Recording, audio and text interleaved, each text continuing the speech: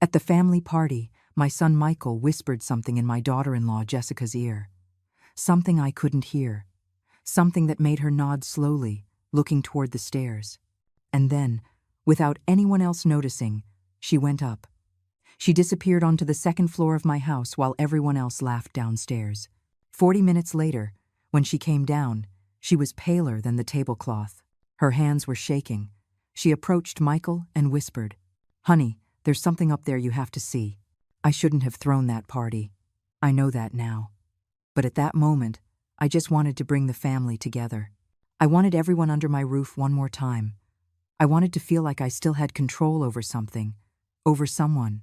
Because at 66 years old, I, Eleanor Vance, the only thing I had left was that big house and the memory of what was once my perfect family. Or at least, what I believed was perfect. That Saturday afternoon, the house smelled of cinnamon and roast beef.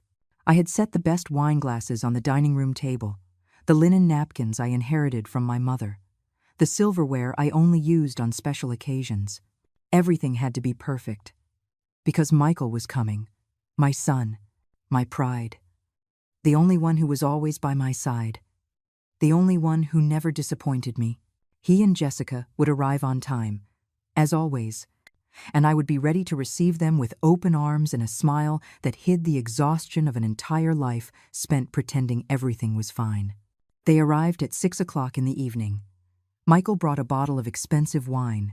Jessica, a bouquet of white flowers. They hugged me at the door. I smelled her perfume. Something sweet. Something that irritated me for no reason. Because Jessica was always kind to me. Too kind. One of those people who smiles even when they don't feel like it. And I never trusted easy smiles. But Michael loved her. And that was enough. Or so I told myself every time I saw her walk into my house, as if she owned the place. Dinner went on without a hitch. We talked about trivial things. The weather, Michael's work, the neighbors, about everything and nothing. I served the wine. They praised the food. Everything was polite. Everything was civilized. Until Michael leaned toward Jessica and whispered something. I was serving dessert. My hand stopped. I saw her nod. I saw her get up from the table with a silly excuse. "I'm going to the restroom," she said. But she didn't go to the downstairs bathroom. She went up the stairs. And I knew, in that instant, that something was not right. I tried to focus on the conversation. Michael was talking about a new project at his job. Something about expansion. Numbers. Contracts. I nodded without really listening. My ears were tuned to Jessica's footsteps on the second floor. I heard her walk down the hall. I heard her stop in front of a door. My door. My bedroom door. And then, silence. A long silence. Too long. Michael kept talking. Smiling. As if nothing was wrong. As if his wife wasn't rummaging through my room at that very moment. 10 minutes passed. Then 20. Then 30. I could no longer pretend everything was fine. I got up from the table with the excuse of getting more coffee. Michael didn't even look at me. He was checking his phone. I went up the stairs slowly. My heart was pounding in my ears. I reached the second floor hallway and saw my bedroom door ajar. I got closer. I heard a sound, like someone moving furniture, or opening drawers. I stood there, paralyzed. Part of me wanted to go in and demand an explanation, but another part, the cowardly part that had always lived inside me, stopped me. Because deep down, I knew what Jessica was looking for, and I knew that if she found it, everything would collapse. I went back downstairs before she saw me. I returned to the table. Michael was still on his phone. I poured him more wine. He smiled. "Thanks, Mom." That word, Mom, used to fill me with pride. Now it just sounded hollow, because I had not been a good mother. Not really. I had been selective. I had chosen who to love and who to forget. And now, 40 years later, that choice was about to come to light. Jessica came down 43 minutes after she had gone up. I know because I stared at the wall clock obsessively that entire time. When she appeared on the stairs, her face had changed. She was no longer the kind, smiling woman who had arrived at my house. She was someone else. Someone who had seen something she shouldn't have. Something that had broken her in half. Her eyes were red, not from crying, from shock, from disbelief. She approached Michael and leaned toward him. I watched her from my chair. I saw how her lips moved slowly. I saw Michael's brow furrow. I saw him put his wine glass down on the table with too much force. And then he looked at me. He looked at me in a way he never had before, as if I were a stranger, as if he had just discovered that the woman who gave him life was a monster. "Mom," he said, his voice trembling, "we need to talk." I wanted to get up. I wanted to run. I wanted to disappear. But my legs wouldn't respond. I stayed seated, my hands in my lap, feeling the world I had built with lies begin to crumble. And all because Jessica had gone up to my room. All because my son had asked her to look for something. Something I thought I had hidden forever. Michael got up from the table. Jessica followed him. I remained seated, motionless, my hands gripping the linen napkin until my knuckles turned white. "Mom, come upstairs with us," he said. It wasn't a request. It was an order. And for the first time in my life, my son spoke to me as if I were the one who had to obey. I stood up, my legs trembling. We went up the stairs in silence. A heavy silence. The kind of silence that precedes storms. Confessions. Irreparable breaks. We entered my bedroom. The bed was untouched. The ivory-colored comforter perfectly smooth. But the closet was open. Completely open. And on the floor, in front of the closet, was a metal box. An old box. Rusty. A box I had hidden behind the winter coats 40 years ago. A box no one was ever supposed to find. Jessica was standing by the window, her arms crossed, not looking at me. Michael was holding something in his hands, a yellowish envelope, full of letters. Letters I never answered, letters I never wanted to read. "What is this, Mom?" Michael asked. His voice sounded broken. I didn't answer. I couldn't. The words were stuck in my throat like stones. He opened one of the letters. He began to read aloud. "Dear Mom, I turned 17 today. No one here remembers. No one brought me a cake. Will you come visit me soon? I miss you, Arthur." Michael stopped reading. He looked at me with eyes full of something I couldn't decipher. Rage, disappointment, horror. Maybe all of it combined. "Arthur," he repeated, as if tasting the name in his mouth for the first time. "Who is Arthur, Mom?" I closed my eyes. I felt the walls of the room closing in on me, the air turning thick, the past I had so carefully buried rising from its grave to devour me. "Your brother," I whispered finally. "Arthur is your brother." The silence that followed was deafening. Michael dropped the letters to the floor. Jessica turned to me with an expression of absolute disbelief. "Brother?" Michael repeated. "I don't have a brother. You always told me I was an only child." "Always." I nodded slowly. "I know. I lied to you." The words came out of my mouth like knives. Sharp. Final. I lied because it was easier that way. Because Arthur wasn't like you. Because he was sick. "Sick?" Jessica asked from the window. Her voice was cold. Distant. What kind of sickness makes a mother erase her son from the family history? I turned to her. For the first time in years, I felt rage. Real rage. "You don't know anything," I snapped. "You don't know what it was like living with him. How hard it was. The screaming, the meltdowns, the sleepless nights. Your father and I did the best we could. We sent him to a place where they could take care of him, where he would be safe." Michael picked up another letter from the floor. "Dear Mom, it's been 5 years since they brought me here. Why don't you write? Did I do something wrong? Please write back. I promise I'll be good if you let me come home." Michael's voice cracked as he read the last words. 5 years. Mom. 5 years waiting for an answer from you. A single letter. A visit.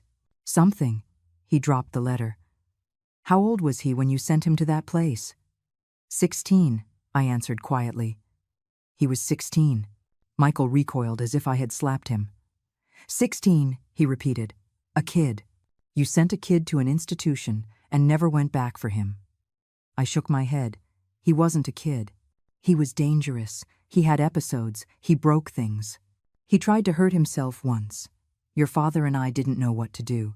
The doctors said it was for the best. That he needed specialized care. Jessica approached the closet. She pulled more papers from the box. Medical certificates, psychiatric reports, photographs. It says here Arthur had depression, she read aloud, and severe anxiety. Nothing about being dangerous. Nothing about trying to hurt himself. She looked at me harshly. It just says here he was a teenager with emotional problems. A teenager who needed therapy and family support, not imprisonment. I wanted to snatch the papers from her. I wanted to scream that she didn't understand, that she hadn't been there. But I had no strength. Michael sat on the edge of my bed. He had his head in his hands. Where is he now? He asked without looking at me. Where is Arthur? I swallowed hard. I don't know. It was the truth. And it was a lie. I knew where he had been committed. I knew the name of the institution. But I never asked about him again. I never wanted to know, because it was easier to forget than to face what I had done. That's a lie, Jessica said, holding up another paper. Here's the address. St. Jude's Mental Health Center. On the outskirts of the city, barely 20 miles from here. Michael looked up. His eyes were red. 20 miles, he muttered. He was 20 miles away from us all this time, and you never told me anything. You never gave me the chance to know my brother. I felt tears begin to well up. Tears of guilt, of shame, of fear. It was for your own good, I whispered. I wanted you to have a normal life, without complications, without burdens. Arthur was a burden, and I didn't want you to carry that. A burden, Michael repeated, standing up. You're talking about a person. Your son, my brother, and you called him a burden. He approached me. I could see the disappointment in his face. The betrayal. What else did you lie to me about, Mom? What else did you hide in that closet? I backed away. Nothing. There's nothing else. I just wanted to protect you. He shook his head. You didn't protect me. You lied to me. And the worst part is, you kept lying for 40 years. 40 years, Mom. Jessica closed the box carefully. She held it in her arms as if it were something sacred. We're going to that place, she said, looking at Michael. First thing tomorrow. We're going to find Arthur. Michael nodded. He turned to me one last time. I don't want you to come with us. I don't want to see you until I understand what really happened, who you really are. And with that, they left my room. I heard them go down the stairs. I heard the front door close. And then, silence. I was left alone in that room full of ghosts. Surrounded by letters I never answered. By memories I tried to bury. Alone with the truth that had come to light. I didn't sleep that night. I sat on the edge of my bed, staring at the open box on the floor. The letters were scattered like the bones of a corpse that never received a proper burial. The moonlight came through the window, making the words written in faded ink shine like reprimands, like silent accusations. I stood up, trembling, and picked up one of the letters. The handwriting was childish, uneven. Mom, I drew a tree in therapy today. The doctor says I draw well. Would you like to see it? I can save it for when you come. I closed my eyes. Arthur was 17 when he wrote that. 17. And I never went to see him. I never wanted to see his drawings. I never wanted to know if he was okay or not. I simply erased him from my life as if he had never existed. I went down to the kitchen as the sun began to peek over the horizon. I made coffee. My hands were shaking so much I spilled half of it on the counter. The house was too quiet, too big, too empty. It had always been empty. But now that emptiness had a name, it had a face. Arthur, my forgotten son, the one I sacrificed so Michael could have a perfect life. So I could pretend to be an exemplary mother, a devoted wife, a respectable woman. All lies. All built on the abandonment of a child who only needed love. The phone rang at 9 o'clock in the morning. It was Michael. He didn't say hello. He didn't ask how I was. He got straight to the point. We're on our way to St. Jude's Center, Jessica and I. We need to know if Arthur is still there. If he's still alive. His voice sounded hollow, distant, as if speaking from the bottom of a well. Michael, I tried to say something, Anything. But he cut me off. I don't want to hear it right now, Mom. I just called so you know I'm not letting this go. I'm going to find my brother, with or without your help. And he hung up. The dial tone echoed in my ear like a death sentence. I stood in the middle of the kitchen, holding the phone like an idiot. Part of me wanted to call him back, to beg him not to go, to tell him it was better to leave the past where it was, buried, forgotten. But the other part, the part that had been carrying this guilt for 40 years, knew it was too late, the truth was out, and there was no way to put it back in that rusty box. There was no way to undo what I had done. I spent the next few hours walking through the house like a ghost, up and down the stairs without purpose, entering rooms I hadn't used in years, the one that was Michael's room when he was a boy, the guest room that never hosted anyone, and then, at the end of the hall, the door I always kept closed. Arthur's room. I hadn't gone in there in 40 years, not even to clean it. I simply closed the door the day they took him away and never opened it again. But now, with my hands sweating and my heart beating like a war drum, I turned the knob. The door opened with a creak. The air that came out smelled musty, of frozen time, of stolen childhood. The olive green curtains were drawn. The twin bed was still made with the same quilt Arthur used. On the walls, faded posters of bands that no longer existed. On the desk, stacked notebooks, pencils in a cup, a small lamp covered in dust. Everything exactly as he left it, as if waiting for him to come back at any moment. But I knew he would never come back, because I never went to get him. I sat on his bed. The mattress groaned under my weight. I took one of the notebooks from the desk. I opened it. It was full of drawings, trees, houses, smiling people. And on every page, in the top right corner, a date. The dates ranged from when he was 12 until he was 15. After that, the pages were blank. Because at 16, we sent him to that place. And he stopped drawing. He stopped dreaming. He stopped being the boy he once was. And all because of me. Because I chose comfort over love. Appearance over truth. Michael over Arthur. The phone rang again. This time it was an unknown number. I answered, my heart in my throat. Mrs. Eleanor Vance? A male voice asked. For mail. Dry. Yes, I barely replied. This is Investigator John Bridges. Your son Michael hired me to locate information on an Arthur Vance. I have an update. I felt the world tilt. What? What kind of update? There was a pause. Arthur Vance is still alive. He is a resident at the St. Jude's Center. He is 62 years old. He never left. He never had visitors, except for your son and daughter-in-law 2 hours ago. The tears began to roll down my cheeks uncontrollably. Is he okay? I asked in a broken voice. Physically, he is stable. Mentally. Well, that's something your son will want to discuss with you personally. The investigator paused again. Mrs. Vance, did you know that Arthur has been trying to contact you all these years? There are records of phone calls that were never answered, letters that were returned. I knew all that. I couldn't respond. I just hung up. I dropped the phone to the floor. And for the first time in 40 years, I cried. Truly cried. Without pretense. Without masks. I cried for the son I abandoned. For the letters I never read. For the visits I never made. For the mother I never was. Michael arrived at my house at sunset. He walked in without knocking. Jessica was with him. Both had serious, tired faces. They found me sitting in the living room, my eyes swollen, my hands trembling in my lap. We saw him, Michael said. He didn't sit. He stood in front of me like a judge reading a sentence. We saw Arthur. We talked to him. And you know what the worst part is? Mom? He still asks for you. After 40 years of abandonment, after all the unanswered letters, he still asks if you're going to come see him someday. Jessica crossed her arms. He has a small room, painted cream, with a window that overlooks the garden. He says he likes to watch the birds, that they're the only thing that makes him feel free, because he has never been free. Eleanor, he never left that place. He never had a chance to live.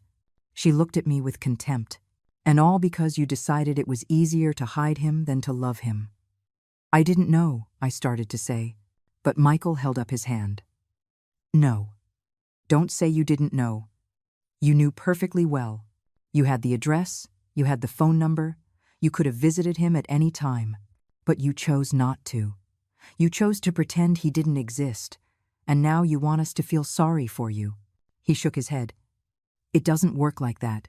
Mom, you can't cry 40 years later and expect that to fix everything. I stood up on shaky legs. What? What do you want me to do? Michael looked at me intently. I want you to go see him. Tomorrow. With me. I want you to face what you did. I want you to apologize to him. And after that, I'm going to do everything I can to get him out of there, to give him the life he should have had from the beginning. I nodded slowly. I had no choice. I had no right to refuse. All right, I whispered. I'll go. That night was the longest of my life. I stayed awake, staring at the ceiling, imagining the moment I would have to face Arthur. What would I say to him? How could I look the son I abandoned in the eyes? What words could erase 40 years of absence? None. I knew that. But I still had to try. Because Michael was right. Because the time had come to stop running, to stop hiding behind excuses and lies, to face the monster I had been. At 7 o'clock in the morning, Michael knocked on the door. He came alone. Jessica stayed home, he said. She didn't want to witness what's about to happen. I didn't blame her. I didn't want to be there either. I got in the car without a word. Michael drove in silence. The radio was off. Only the sound of the engine and my own ragged breathing filled the car. I looked out the window. The trees passed by quickly. The houses. The signs. Everything seemed unreal, like I was living a nightmare I couldn't wake up from. The St. Jude Center appeared after a 30-minute drive. It was a 3-story building, sand-colored walls, windows with white grates, well-kept gardens. At first glance, it looked like a peaceful place. Almost pleasant, but I knew the truth. I knew that behind those walls were forgotten people. Abandoned. Like Arthur. Michael parked the car. He turned off the engine. He turned to me. Listen to me, Mom. You are going to go in there. You are going to see Arthur. And you are going to be honest with him. No excuses, no justifications. If you can't do that, you'd better stay in the car. I nodded, voiceless. We got out. We walked toward the entrance. A nurse greeted us with a professional smile. Good morning. You must be Arthur Vance's family. Family. The word hit me like a punch to the stomach. Were we his family? After everything we did? After everything we didn't do? Yes, Michael replied. We're here to see him. The nurse nodded. Follow me, please. Arthur is in the garden. He likes to spend his mornings there. We walked through long corridors. It smelled of disinfectant and institutional food. The walls were painted in light colors. There were paintings of landscapes, fake flowers and vases, everything designed to look cozy, but it wasn't. It was a place where people went to be forgotten, to slowly disappear, to become shadows of what they once were. We went out to the garden. It was large. There were wooden benches, leafy trees, a small pond with fish, and there, sitting on a bench near the pond, was him. Arthur, my son. I recognized him instantly, despite the years. His hair was gray, thinner than when he was a teenager. He was wearing a beige shirt and denim pants. He was staring at the water, motionless, as if time didn't exist for him. Michael approached first. Hi, Arthur. He looked up. He smiled. A soft, childlike smile. Hi, Michael. You came back. His voice was calm. No resentment, no anger, and that, somehow, was worse, because it meant he had accepted his fate, that he had stopped fighting a long time ago.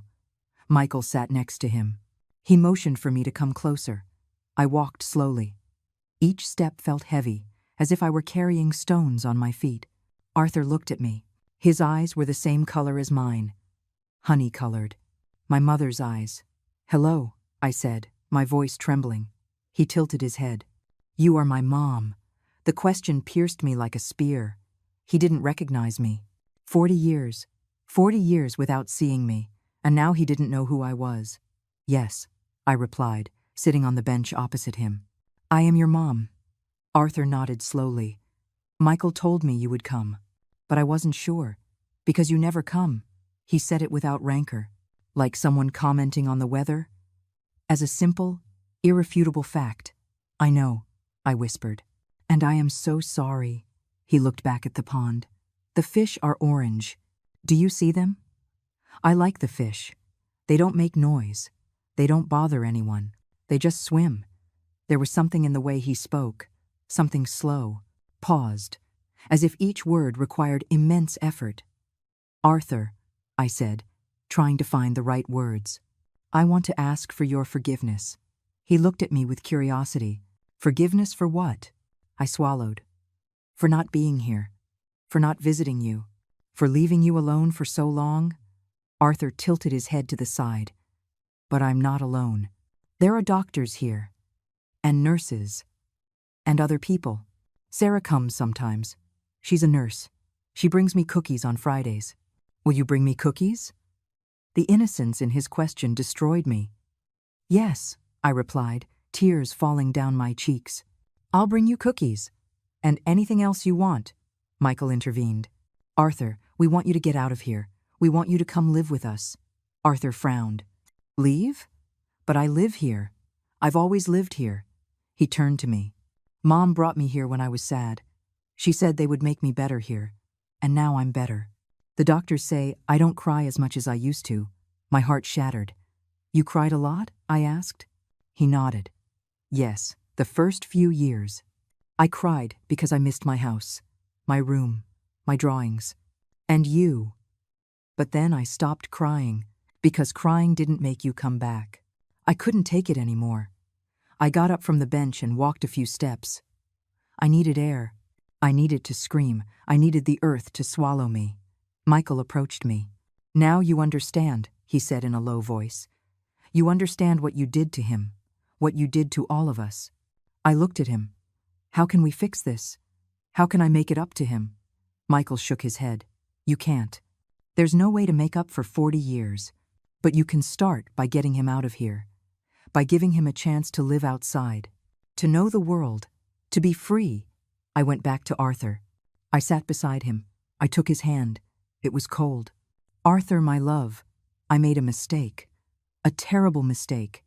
I brought you here because I thought it was for the best. But I was wrong. And now I want to take you home. I want you to know your brother. I want us to have a real family." He looked at me with confused eyes. "Can I take my things? I have a new drawing. I made it last week. It's of a tree like the ones here." I nodded, crying. "Yes, you can take anything you want." The nurse who had greeted us approached. "Mrs. Vance, if you want to start the process for Arthur to be discharged, we need to speak with the director. There are papers to sign, evaluations to be done. It's not something that can be done from one day to the next." Michael stood up. "We'll do whatever is necessary, whatever it takes. But my brother is getting out of here." The nurse nodded. "I understand. Come with me, please." We followed the nurse back into the building. Arthur stayed in the garden. Before going inside, I turned to look at him. He was watching the fish again. Still, calm, oblivious to the fact that his life was about to change, that 40 years of confinement might be coming to an end. And I wondered if I would truly be able to give him what he deserved. If after so much damage, there was still a way to repair even a small fraction of what I had broken. The director's office was on the second floor. It was small, tidy. There were framed diplomas on the walls and a green-leafed plant in the corner. The director was a woman in her 50s, brown hair pulled back in a bun, thin glasses, a serious but not hostile expression. She invited us to sit. Michael and I took the chairs in front of her desk. She opened a thick folder. "Arthur Vance's file," she said. "Admitted on March 15th, 1985. He was 16 years old. Initial diagnosis, severe depression and anxiety disorder." She paused. She looked at me over her glasses. "During the first 5 years, Arthur showed significant signs of improvement with therapy and medication. Psychiatrists recommended several times that he return to the family environment with outpatient follow-up. However, those recommendations were never attended. There was no response from his guardians. Every word was a slap. Michael clenched his fists on his legs. I looked down. I couldn't meet that woman's gaze. I couldn't face the truth she was reading in a neutral voice.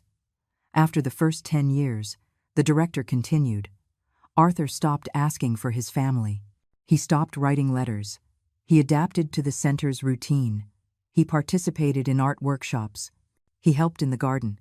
He became one of our most cooperative and stable residents. She closed the folder. But he never should have stayed here this long. Arthur poses no danger to himself or others.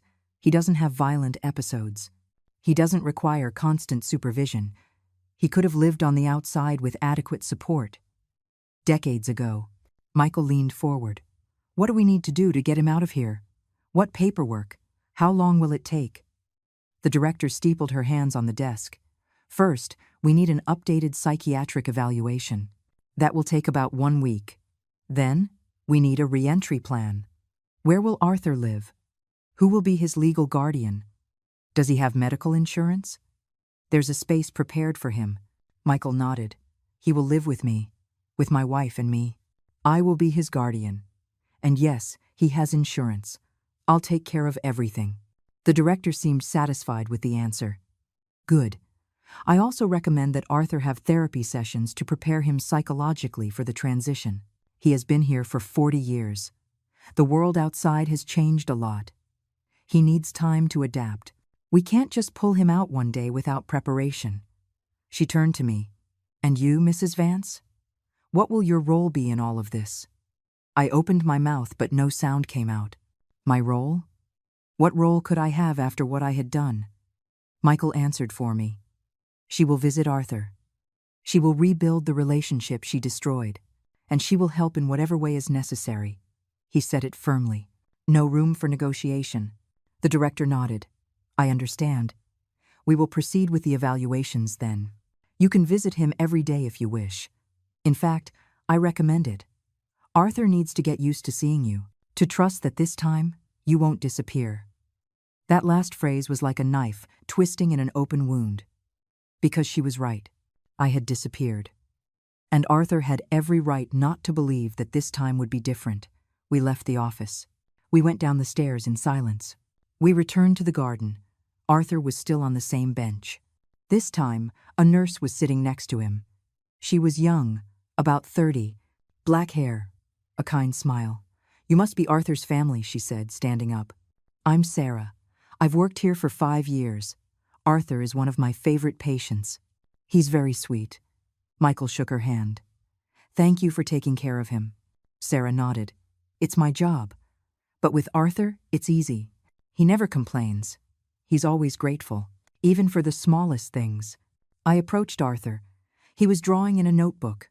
Simple lines. A tree, a bird. Can I see your drawing? I asked. He held up the notebook. It's not finished yet. But this is the tree over there. He pointed to a large oak tree on the other side of the garden. It has a lot of leaves. It's hard to draw all of them. But I try. I looked at the drawing. It was beautiful. Not perfect, but full of care, of patience, of love for the details. It's lovely, I said. You were always good at drawing. Arthur looked at me, surprised. You knew I liked to draw? I nodded. The tears blurred my vision again. Yes, when you were a boy, you filled entire notebooks with drawings, trees, houses, animals. Your father and I used to hang them on the refrigerator. He smiled, a small, shy smile. I don't remember that. He closed the notebook. Do you draw too, Mom? I shook my head. No, but I'd like you to teach me. If you want. Arthur nodded. Okay, I can teach you. It's easy when you practice a lot. Michael sat on the other side of Arthur. Brother, there's something I want to tell you. We're going to get you out of here. You're going to come live with me. You'll have your own room. You can draw all you want. Go to the park. See the city. Do things you've never done. Arthur tilted his head. For how long? Michael frowned. What do you mean? Arthur looked down. For how long can I be outside? Then I have to come back here. The question broke my heart. Michael took his hand. No, Arthur. It's for forever. You're going to live with me. You're not coming back here ever again. Unless you want to." Arthur processed the information in silence. Then he looked at Sarah. "Is it true? I can leave forever?" Sarah nodded, her eyes shining. "Yes, Arthur, it's true. Your family came for you. You're going to have a new life." Arthur looked at his drawing again. "And my things? Can I take my drawings? I have a lot. In boxes. In my room." Michael smiled. "You can take anything you want. Everything." Arthur nodded slowly. "Okay then. I'll go with you." We spent the rest of the afternoon with him. Michael told him about his house, about Jessica, about the things they would do together. Arthur listened intently. He asked simple questions. "Are there trees near your house? Can I have my own notebook? Is Jessica nice?" Every question revealed how small his world had become, how limited his expectations were. And I blamed myself more with every word that came out of his mouth, because I was the one who robbed him of the possibility of dreaming big, of wanting more, of expecting a full life. When it was time to leave, Arthur walked us to the main door. "Will you come back tomorrow?" he asked, anxiety in his voice. Michael hugged his brother. "Yes, we'll be back tomorrow, and the day after, and every day until you can come with us." Arthur looked relieved. Then he looked at me. "You'll come back too, Mom?" I swallowed the lump in my throat. "Yes, my love. I'll be back too. I promise." He smiled. "Okay, I'll wait for you then." And he turned to go back to the garden. Sarah walked with him. We watched them walk away, two figures moving slowly among the trees. One of them, my son, the son I abandoned, the son who was now giving me a second chance I didn't deserve. In the car on the way back, Michael said nothing. He drove with his jaw tight, his knuckles white on the steering wheel. I looked out the window. The tears fell silently. I didn't bother to wipe them away. After 30 minutes, Michael spoke. "I'm going to do everything I can to give Arthur the life he deserves. But I need you to understand something. Mom, what you did is unforgivable. You can spend the rest of your life trying to make up for it, but it will never be enough. Never." I nodded. "I know," he sighed. "But Arthur is giving you a chance. I don't know why. I don't know how he can be so generous after everything. But he is. So don't waste it. Don't fail us again." "I won't," I whispered. "This time, I won't." Michael didn't reply, and I just stared at the road ahead, thinking about the promises I had broken, the letters I never answered, the years I stole, and the small, almost impossible chance that I could, somehow, begin to repair the irreparable damage I had caused. Even if it was too late. Even if I had no right. Even if I didn't deserve the forgiveness Arthur seemed willing to give. Because sometimes, love doesn't come when we deserve it. It comes when we are willing to receive it. And Arthur, after 40 years of waiting, was still willing to love. Even a mother who never knew how to love him back. The following days were a whirlwind of emotions. Every morning, Michael would pick me up early. We would go to the St. Jude Center together.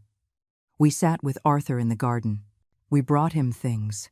Cookies, magazines, new colored pencils. He received each gift as if it were a treasure. His eyes would light up. His hands would tremble with excitement. And every time he opened something, he would say thank you as if it were the first word he learned. As if gratitude was the only thing he had left after so much neglect. Jessica came with us on the third day. She brought a camera. "I want to take pictures," she said. "I want Arthur to have memories of this moment." Of when his new life began, Arthur posed shyly for the photos. He didn't know how to smile naturally.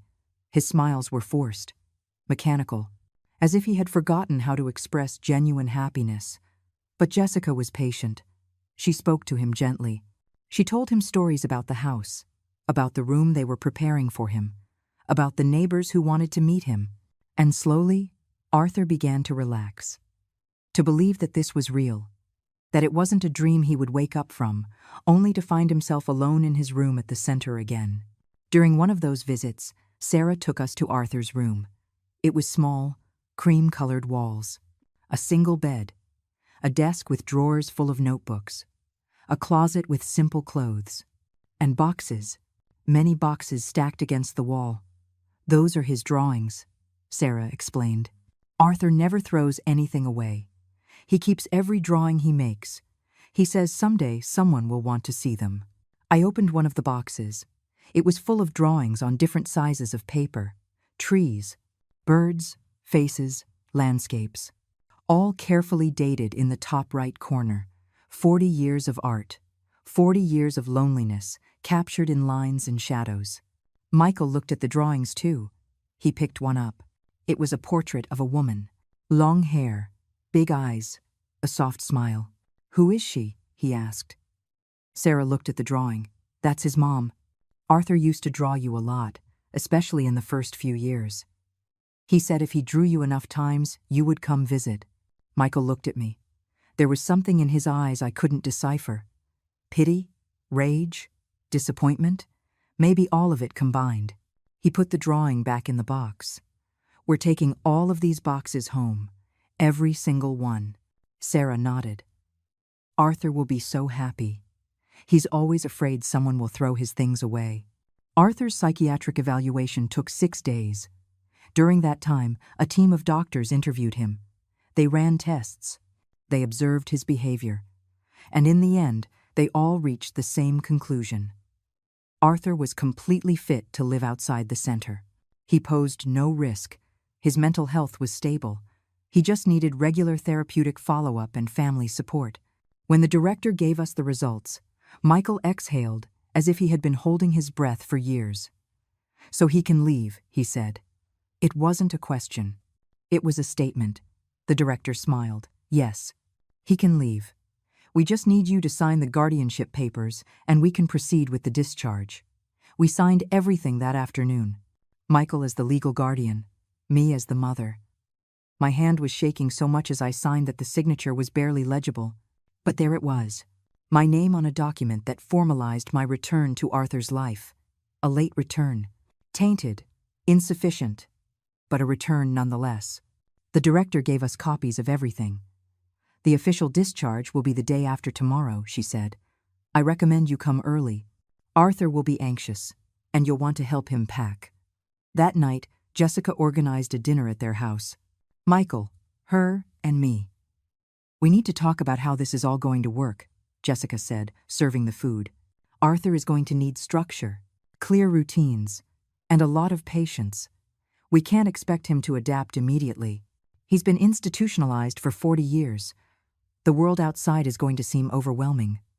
Michael nodded. "I've already hired a therapist who specializes in re-entry. She'll come 3 times a week.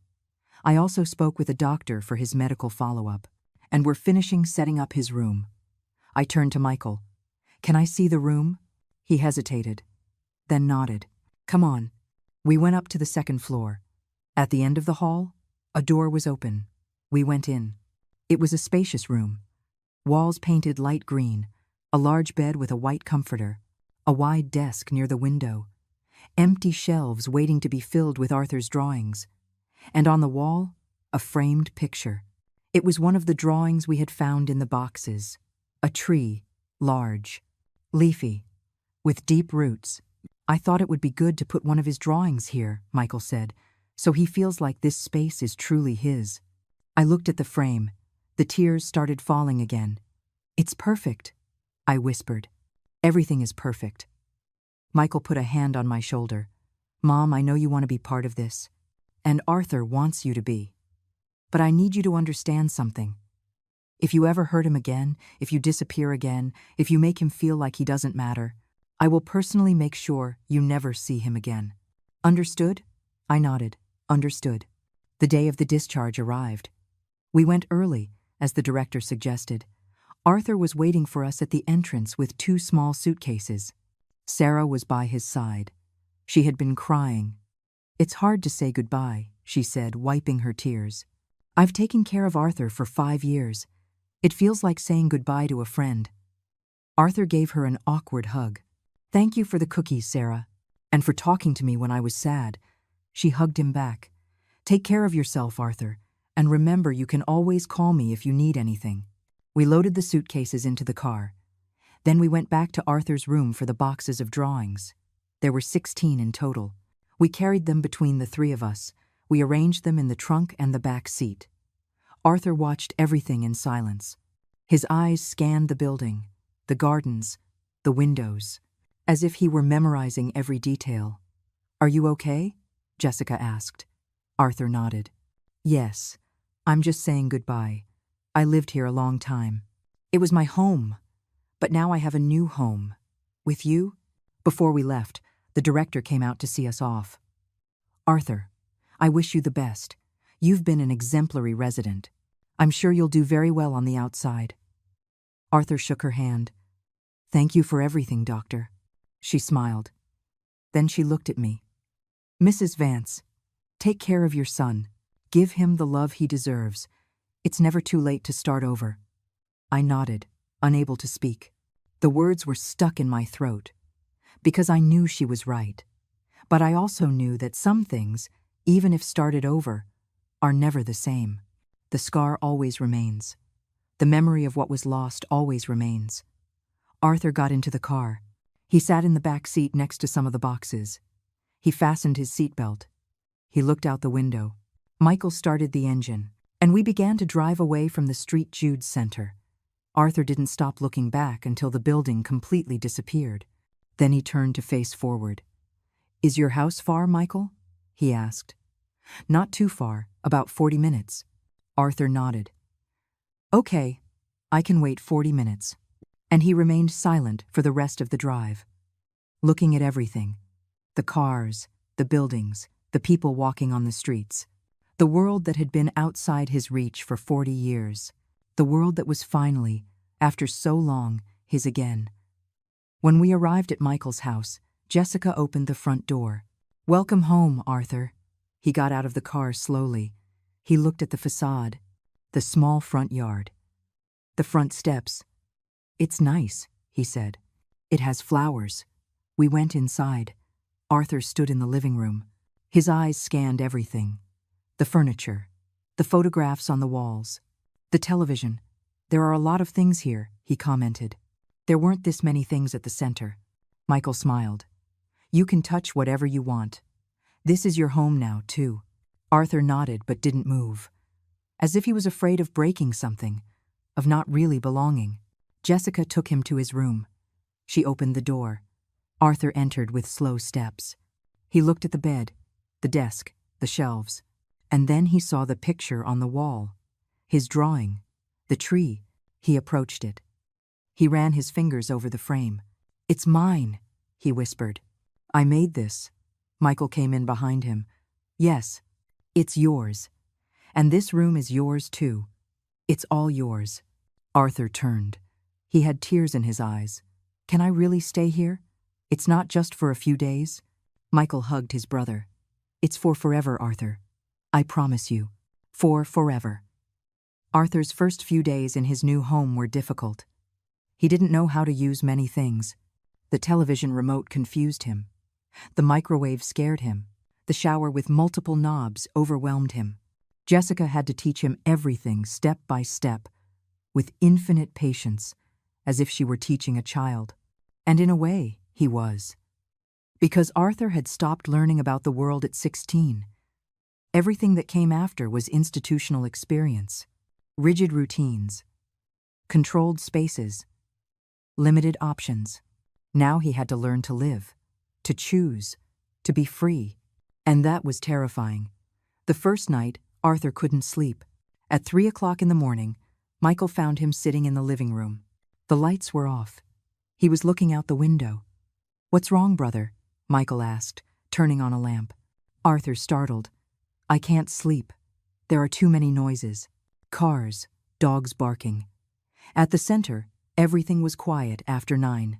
Michael sat next to him. "I understand. It's different, but you'll get used to it. Do you want me to put on some soft music?" "Sometimes that helps." Arthur shook his head. "No, I just want to know this is real. That tomorrow I'm not going to wake up in my room at the center." Michael put a hand on his brother's shoulder. "It's real, Arthur. And you're going to wake up here, in your home, with us." Arthur nodded slowly. "Okay, I think I'll try to sleep again." He stood up. He walked toward his room. But before going in, he stopped.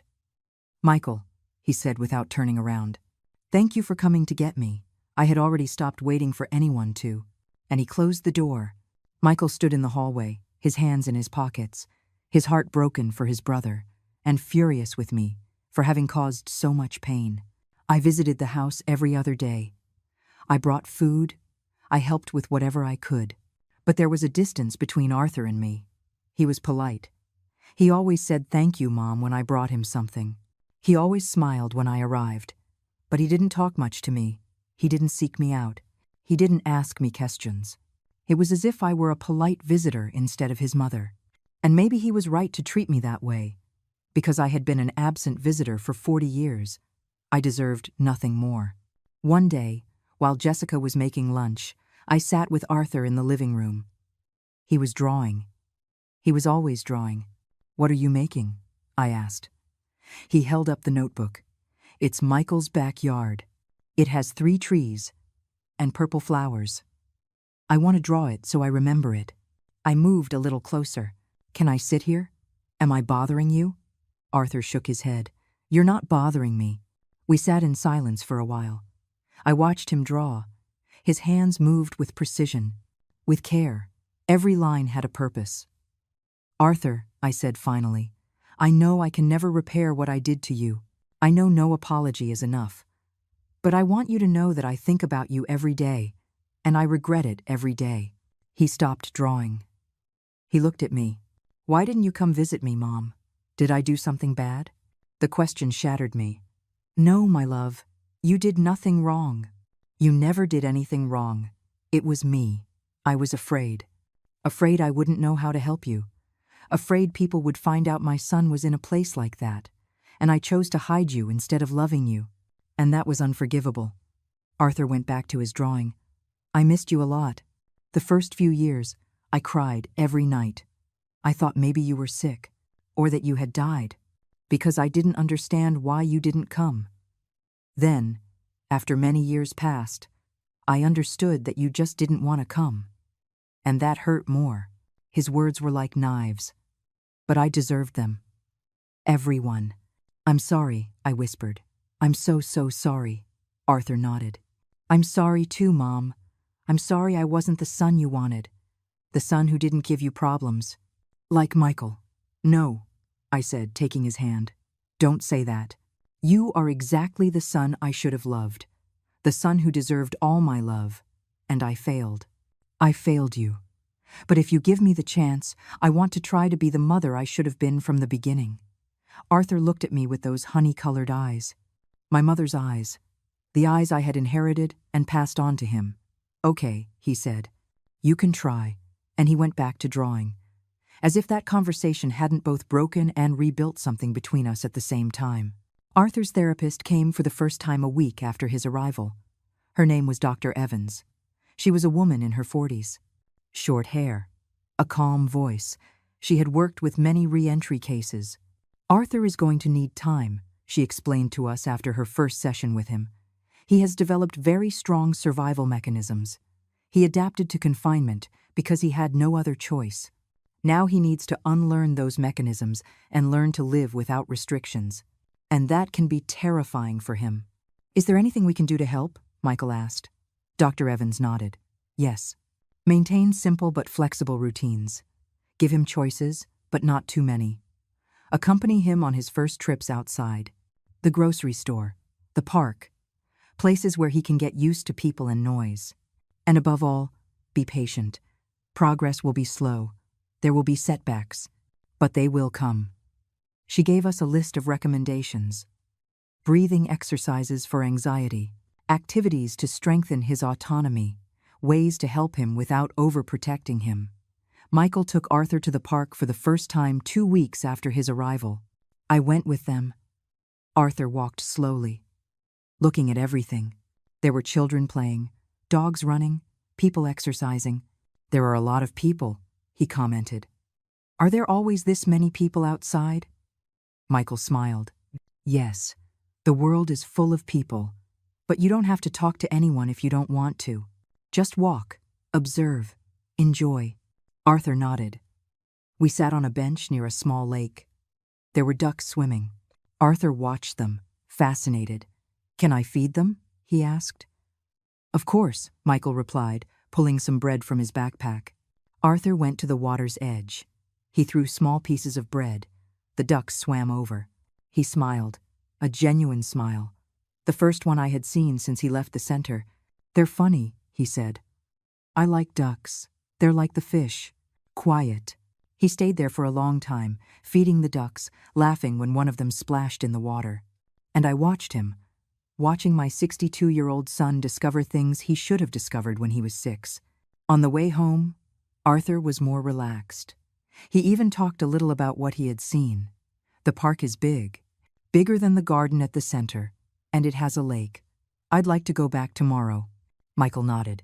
"We can go back whenever you want. It's a public place. It's yours as much as it is anyone else's." Arthur processed that information. "Mine," he repeated. I've never had something that was mine and other people's at the same time. I felt a lump in my throat, because that sentence summarized everything. Arthur had never had a sense of belonging. He had never felt like the world was his, too, and I was responsible for that. That night at dinner, Arthur asked a question. "Michael, how old am I?" Michael put down his fork. "You're 62, Arthur." "Why do you ask?" Arthur looked down. "Because I feel like I'm 16. Like all this time didn't pass. Like I just got to the center yesterday." He touched his face. "But I have wrinkles, and my hair is gray. So I know a long time passed. But I don't feel it." Jessica leaned toward him. "That's normal, Arthur. You lost a lot of years. But now you have the rest of your life to live. To reclaim what you lost." Arthur nodded. "I want to learn things. I want to know how the world works. I want to do things I never did." Michael smiled. "We'll make a list of everything you want to do, and we'll do it. One by one." That night, after Arthur went to sleep, Michael and Jessica sat with me in the living room. "He's getting better," Jessica said. "Every day he's a little more comfortable, a little more confident." Michael nodded. "Yes, but there's still a long way to go, and we need to be prepared for when he really starts to process what he lost. When he realizes everything he didn't get to live, that's when he's going to need us most." I looked at my son, at Michael, the son who was always with me, the son I never abandoned. "Thank you," I said. "Thank you for doing this for your brother, for giving him a life, for being a better person than I ever was." Michael looked at me. "I'm not doing it for you, Mom. I'm doing it for him. Because Arthur deserves to be happy. He deserves to have a family, and I'm going to make sure he has one." I nodded, because he was right. This was never about me. It was about Arthur, and about giving him what he should have had from the very beginning. Love, family, a place to belong. 1 month after Arthur left the center, Michael organized a small family gathering. Just the 4 of us. He wanted Arthur to feel like he had people, that he wasn't alone. We prepared food together. Jessica made lasagna.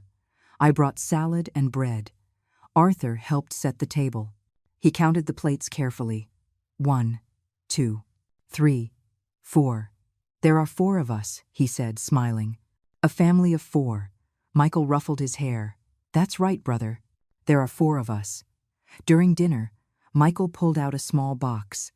"Arthur, I have something for you." Arthur looked at the box curiously. "What is it?" Michael handed it to him. "Open it." Arthur opened it slowly. Inside was a cell phone. New. Simple. With large buttons. "It's so you can call us whenever you want. So you know we're always here, even if we're not physically with you." Arthur took the phone out. He turned it over in his hands. "I've never had a phone. They didn't let us at the center." Michael nodded. "I know, but you can have one now. I already saved my number and Jessica's, and Mom's too." Arthur looked at me. "I can call you Mom?" I nodded, my throat tight. "Yes, my love. You can call me whenever you want, any time at all." Arthur carefully put the phone in his shirt pocket. "Thank you. I'll take good care of it." We finished dinner. Jessica brought dessert, chocolate cake. Arthur ate slowly, savoring every bite. "This is good," he said. At the center, we only had cake on special occasions. Like birthdays. Michael paused. Brother, when is your birthday? Arthur thought for a moment. April 12th. My birthday is in April. That's in 3 weeks, Jessica said, looking at the calendar on her phone. We have to celebrate. Arthur shook his head. You don't need to do anything special. I'm not used to celebrations. Michael leaned forward. That's exactly why we have to celebrate. Because we never did before. Because you have 63 years of birthdays to make up for. Arthur smiled shyly. You really want to celebrate my birthday? Michael nodded. Of course I do. You're my brother. And your birthday is important. The next few weeks were a flurry of preparation. Jessica bought decorations. Silver and white balloons. Streamers. Michael ordered a cake from an expensive bakery. 3 tiers. With strawberries and cream. I offered to cook. To make Arthur's favorite dishes. Though I was still discovering what those were. Because I didn't know what he liked. I didn't know his preferences. I had spent 40 years not knowing anything about him. And now I had to learn everything from scratch. As if I had just met him. Because in a way, I had. The day of the birthday arrived. Michael and Jessica decorated the living room while Arthur slept. They hung the balloons. They set the table with a white tablecloth. Fresh flowers in the center. When Arthur came down for breakfast, he froze on the stairs. What is all this? Michael smiled. It's your birthday party, brother. Happy 63rd. Arthur came down slowly. He touched the balloons, the streamers, as if he couldn't believe they were real. This is all for me? Jessica hugged him. Yes, all for you. I arrived at noon with the food. Arthur met me at the door. Mom, look, there are balloons, and a sign that says, Happy birthday, Arthur. Michael made it. His eyes were shining, like a child's.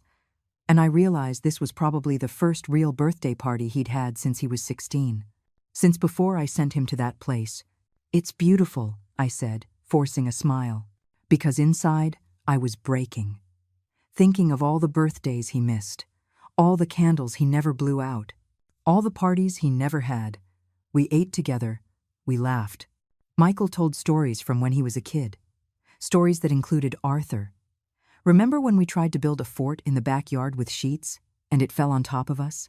Arthur frowned. I don't remember that. Michael looked surprised. You don't? We were like 7 and 9. We got trapped under the sheets screaming for help until Dad came to rescue us. Arthur shook his head. I don't remember much from when I was a kid. It's like those memories were erased. Dr. Evans, the therapist, had warned us about this. Arthur's memory had been affected by the trauma and prolonged confinement. Many of his childhood memories were blocked, fragmented. That's okay, Michael said. I'll tell you all the stories I remember. And we'll make new memories together. Arthur nodded. I'd like that. After lunch, Jessica brought out the cake, with 63 candles lit. Arthur looked at the flames. That's a lot of candles, Michael laughed. Yep, 1 for every year. But you don't have to blow them all out at once. We can help. Arthur closed his eyes. We all sang, Happy Birthday. Happy birthday, dear Arthur. When we finished, he blew out the candles. It took him 3 tries to get them all. But he did it. We applauded. He smiled. That genuine smile that only appeared in special moments. I've never had so many candles on a cake, he said. It's nice. We cut the cake. Arthur tried the first piece. This is delicious. Better than any cake from the center. And he kept eating with a happiness so pure it made me cry. After the cake, Michael brought out presents. A large box wrapped in shiny paper. Arthur opened it carefully, trying not to tear the paper. Inside was a complete set of art supplies, professional colored pencils, watercolors, brushes, papers of different textures, canvases, everything an artist could need. Arthur took out each item with reverence. This must have cost a lot of money, he whispered. Michael put a hand on his shoulder. It doesn't matter how much it cost. You deserve to have the best tools for your art. Jessica gave him another gift. A book. Advanced Drawing Techniques. Arthur read the title. He opened the book. He flipped through the pages full of illustrations and explanations. I can learn new things with this. Jessica nodded. You can. And if you need help, we can look for art classes for you, so you can learn with a teacher. Arthur looked up. Really? I could take classes? Michael nodded. Of course. You can do whatever you want, brother. The world is yours now. I gave him my gift last. It was smaller. A velvet box. Arthur opened it. Inside was a watch. It wasn't new. It was old, with a worn leather strap, a gold face. This watch belonged to your grandfather, I explained. My father. He gave it to me before he died. And I always wanted to give it to my sons. I gave one to Michael when he turned 18, and this one was for you. I should have given it to you 45 years ago, but I'm giving it to you now, because it's never too late to give you what belongs to you. Arthur took out the watch. He held it carefully. It works. I nodded. Yes. I had it repaired last week. It works perfectly. Arthur put it on his wrist. It was a little big. I like it. It reminds me that time keeps moving, that now I have time to live. His words cut through me. Because he was right. Time had passed. Too much time. And we couldn't get it back. But we could start new. We could give him the years he had left. Fill them with love, with family, with everything he should have always had. That night, after we cleaned up, Arthur sat on the sofa with all his gifts around him. This was the best birthday of my life, he said.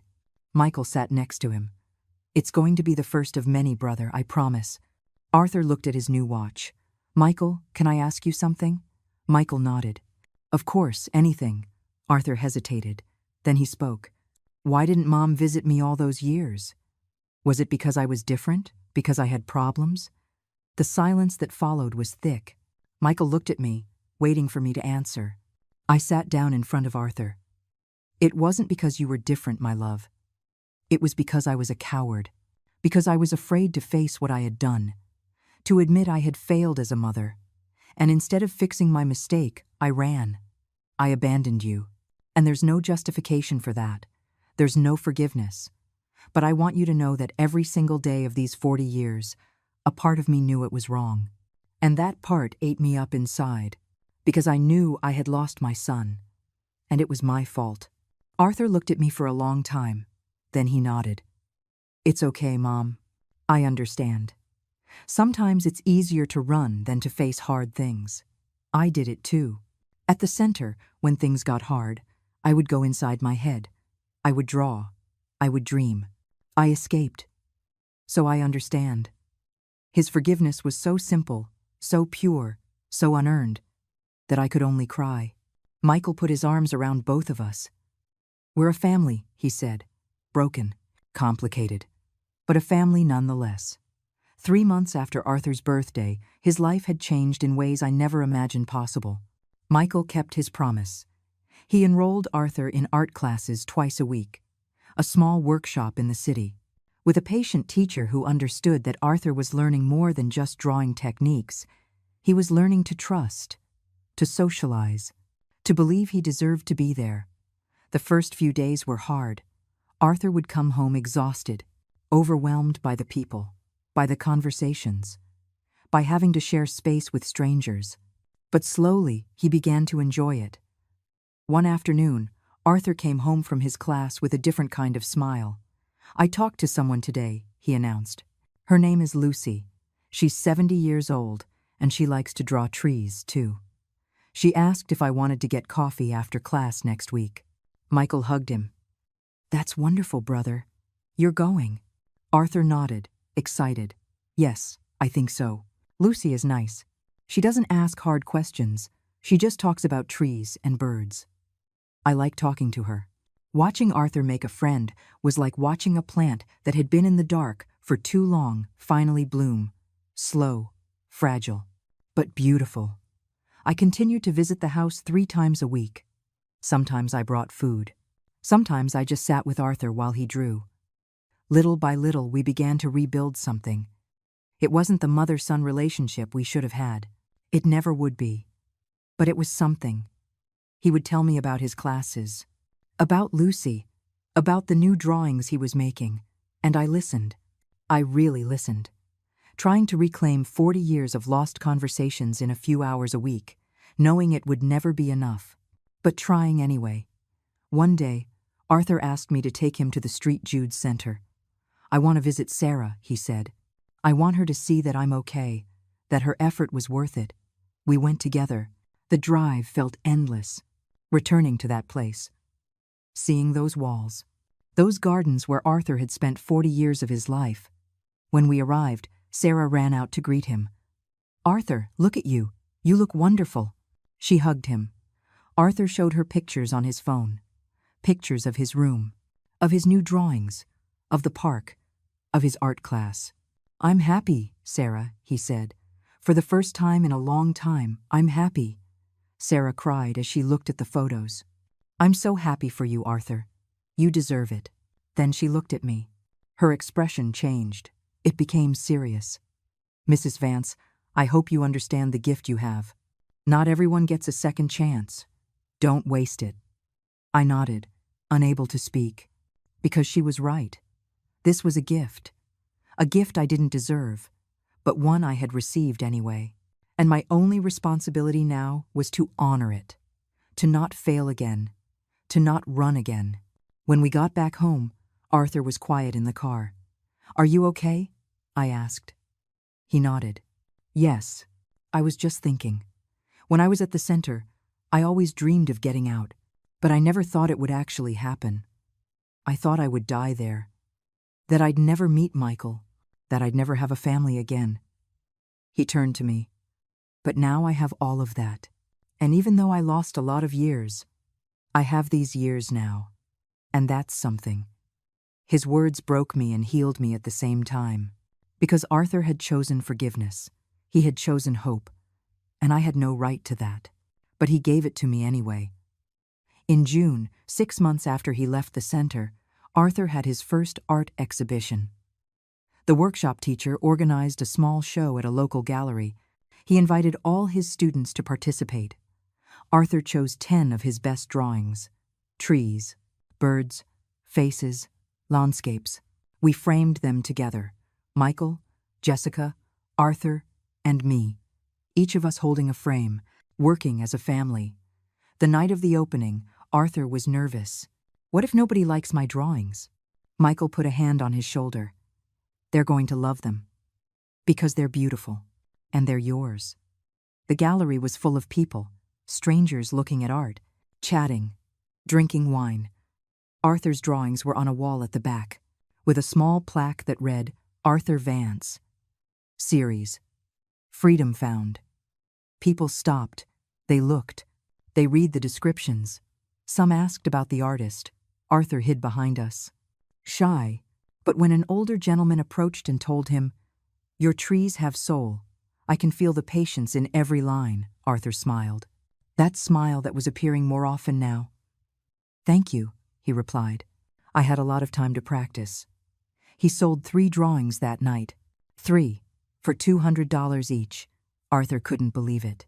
"Someone paid money for my drawings." Michael laughed. "Yes, brother, because your art is valuable. You are valuable." Arthur put the money in his wallet carefully.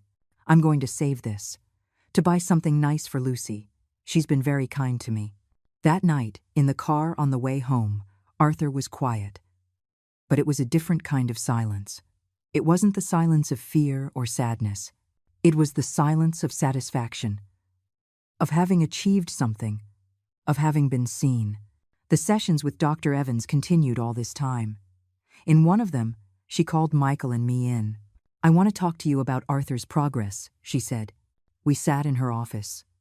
"Arthur has made incredible strides in these months. His adaptation has been better than I expected. But there's something important you need to know." She paused. "Arthur still carries the trauma of abandonment, and he probably always will. There are wounds that don't heal completely. You just learn to live with them." She looked at me directly. "Eleanor, Arthur has forgiven you. But forgiveness doesn't erase the pain. He needs you to understand that." I nodded. The tears started to fall. "I understand," Dr. Evans continued. "And Michael, you have done an extraordinary job with your brother, but you can't carry the full responsibility for his happiness. Arthur needs to learn to be independent, to not depend completely on you, because that would also be another form of prison. A more loving one, but a prison nonetheless. Michael processed her words. What do you suggest? Dr. Evans smiled. I'm suggesting you consider helping Arthur get his own space eventually. Not now, but in the future. A small apartment near you, where he can live on his own, but with support. That would be the next step in his independence. The idea scared us both, but it also made sense. Arthur needed to fly. He needed to feel he could stand on his own, that he wasn't a burden, that he was capable. We talked to him about it a few weeks later.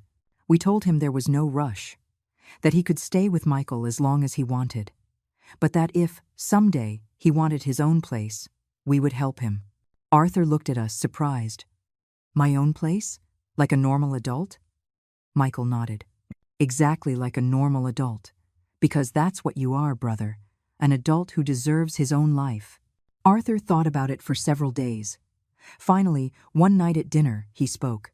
I think I'd like to try that. To have my own place, but close by, so I can visit you, and so you can visit me. Michael smiled, proud. Then we'll do it. We'll find the perfect place for you. And so, a new chapter began, looking for apartments. A small one, with good light for drawing, near the park, near the family. A place where Arthur could be truly free. We found the perfect place 3 months later. A one-bedroom apartment. 3rd floor. Big windows. 10 minutes from Michael's house.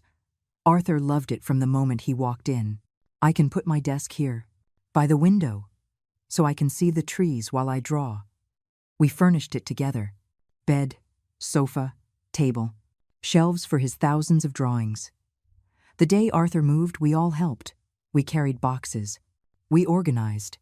And when everything was done, we sat in his new living room. This is my home, Arthur said, looking around. My own home. For the first time in 63 years, I have a place that is just mine. I hugged him. You deserve it, my love. You deserve this and so much more. Arthur hugged me back. Thanks, Mom, for coming back, for trying. I know it hasn't been easy for you either. And he was right. It hadn't been easy, living with the guilt, with the remorse, with the knowledge that I had stolen 40 years of my son's life. But I was here, trying, and Arthur had given me the chance. A chance I never deserved, but that he gave me anyway. 6 months after Arthur moved into his apartment, I visited him one afternoon. I knocked on the door. He opened it with a smile. Hi, Mom. Come on in. I entered. His apartment smelled of coffee and paint. He had new drawings hanging on the walls. Want some coffee? He asked. I nodded. We sat in his small living room. Mom, he said after a while, I want you to know something. I'm happy. Really. I have my art. I have friends. I have Michael and Jessica. And I have you. Not in the way I should have, but I have you now, and that counts. I cried, as I always did when Arthur showed me a grace I didn't deserve. I love you, Arthur. I always loved you. Even when I didn't show it, even when I abandoned you, you were always in my heart. He nodded. I know, Mom.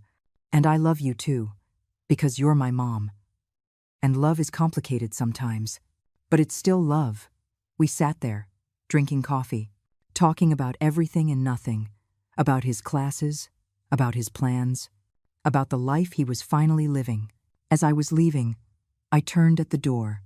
Arthur, I said, thank you for forgiving me this chance. He smiled. Mom, everyone deserves second chances. You taught me that, even if not in the way you planned. I closed the door. I walked down the stairs, and for the first time in 40 years, I felt something close to peace. It wasn't complete happiness. It never would be, because the past isn't erased. The wounds don't disappear, but I could live with them. I could carry the weight of what I did, and I could try every day to be a little better for Arthur, for Michael, for the broken family we had rebuilt with imperfect but real pieces, because I learned something in all this painful process. Love without responsibility is abandonment. Love without action is just empty words. And love that hides instead of confronting destroys. But I also learned that it's never too late to start over, to ask for forgiveness, to try, even if redemption doesn't erase the damage, even if regret doesn't bring back the lost time. Because in the end, all we have is today, and what we do with the chances that life, against all odds, decides to give us.